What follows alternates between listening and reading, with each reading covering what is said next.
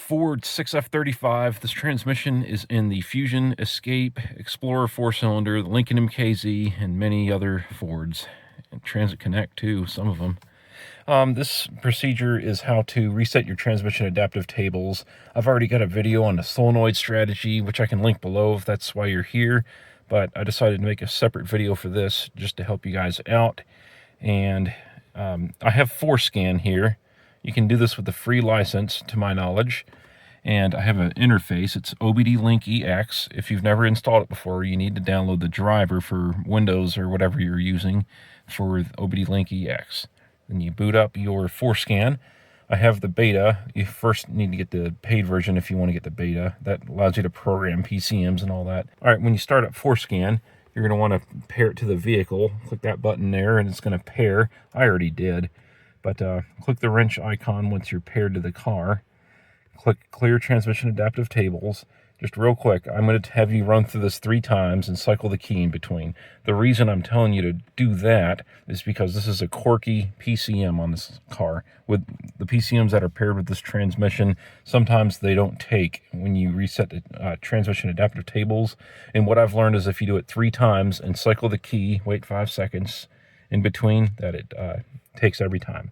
So click on that, click the play button. This function will clear adaptive tables. Okay. Wait for it to do that. There we go. Procedure completed successfully. All right. So I am going to cycle the key off, wait 5 seconds, turn the key back on, engine off. And at this point, I'm going to go ahead and run service procedure again. Yes. Waiting. 100%. Procedure completed successfully. Turn the key off. Wait 5 seconds. Turn the key on. Engine off. Click the play button.